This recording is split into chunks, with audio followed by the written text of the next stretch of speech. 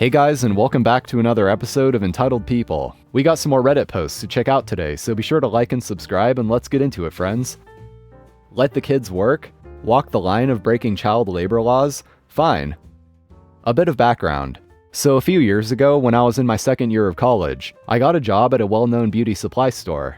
A red flag at first was that my manager, let's call her C, didn't tell me my hourly wage until my first day, and I came in to sign the onboarding paperwork. But college is expensive and I got my first apartment at that time, so a job was a job. One day I come into my afternoon shift, and I see two kids putting out stock from boxes onto the shelves. One was about 10, and the other maybe 6 or 7. I was very confused, so I walked to the back room to clock out and asked my coworker what was up with the kids, and she told me they're her grandkids.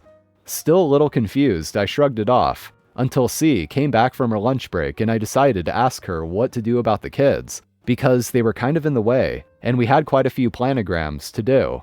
They're essentially the shifting of shelves and products on the shelves to make room for new products, or removing old ones the company no longer will sell.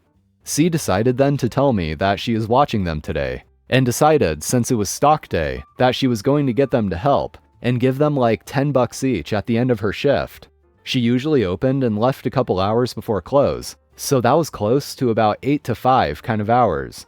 Meaning these kids have been doing this for a while, and just for $10. Now our merchandise wasn't heavy, except for 3 to 4 different gallon-sized bottles of shampoo and conditioner we kept for salons. But it didn't sit right with me that this woman was basically employing her underage grandkids to do work for her in this store. And there are quite a few chemicals we handled that would sometimes come spilled in the box, and if we didn't handle them with gloves, we could risk burning ourselves. I know because I made the mistake my second week there, and burned my hand a bit with an unknown combination of bleach, toner, and something else in a mishandled box of assorted hair products and bottles. I digress. So yeah, breaking the law and whatnot. So I tell her, and this is roughly how the conversation went. So this is pretty wrong, and I don't feel comfortable working alongside these children. If they get hurt or injured by one of the shelves or a spilled chemical product, then we can all be held liable. That sounded reasonable to 19-year-old me, right? Wrong. I don't appreciate the backtalk, young lady. Those are my grandchildren, and I do with them what I please. Not to mention, I am the manager here, not you. So get started on those planograms. The pictures are due in 2 days. Still advocating for her to do the right thing, I say. I just don't think it's right that you're paying them, essentially, to do this dangerous job. It goes against child labor laws, and I don't think I can get my work done around them.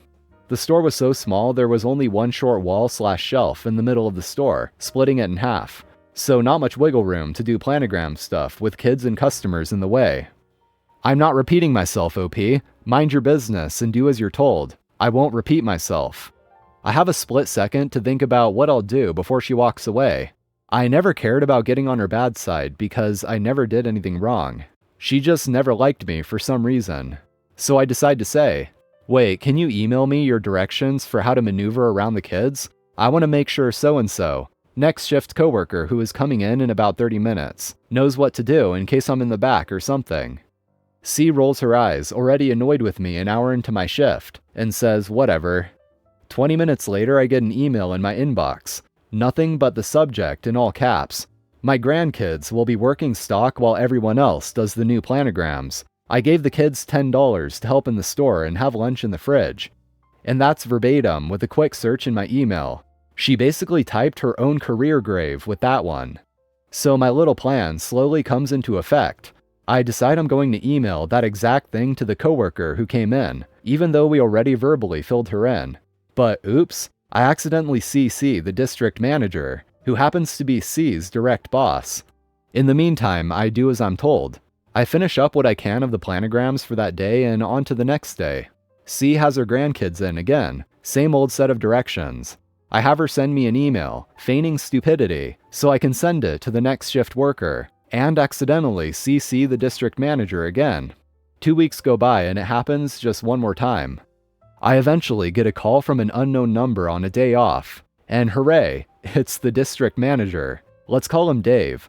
And he says, hey, OP, this is Dave calling from our district office. I was getting back to you on this email I was CC'd in a few weeks ago that you sent me. What is this about grandkids and $10? I explain everything to him, And of course, with the emails as proof, there is no deniability.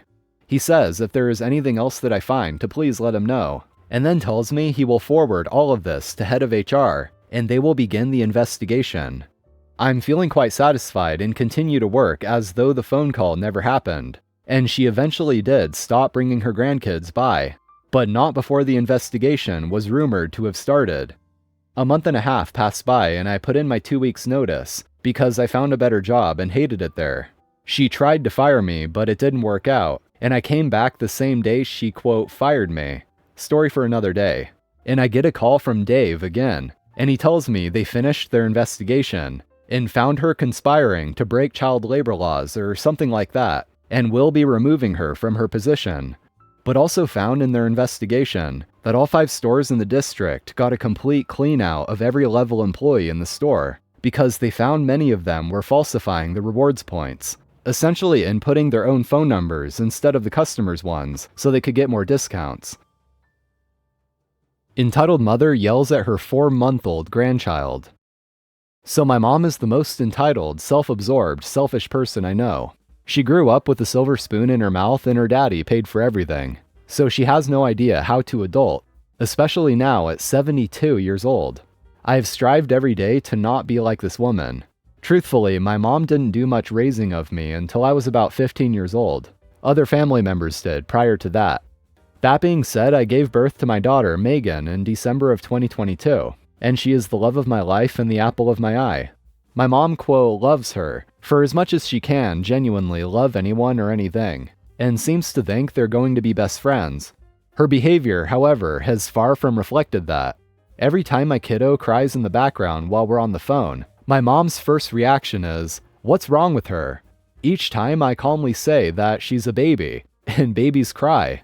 Then her next response is always, "Well, you never cried."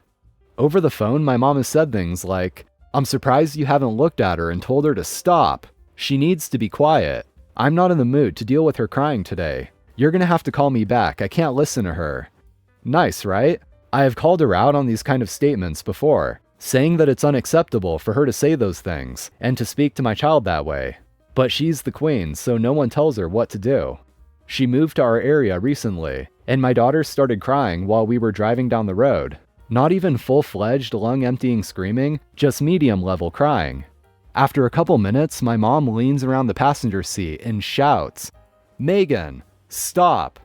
And that's when I lost it. I tore into her and told her she will not scream at my child, because she is my child and not her child, and that she was going to sit there and listen to her because that's what I have to do every day. I also told her if she has a problem with the noises my child makes, then she won't be welcome at her home. I yelled at her so severely that she cowered in her seat. Then I said very loudly and sarcastically, "It's okay, Megan. Grammy doesn't know what she's saying because she has no idea what it's like to raise a child." The rest of the car ride was pretty quiet, and it only solidified my decision to never leave my daughter alone with her.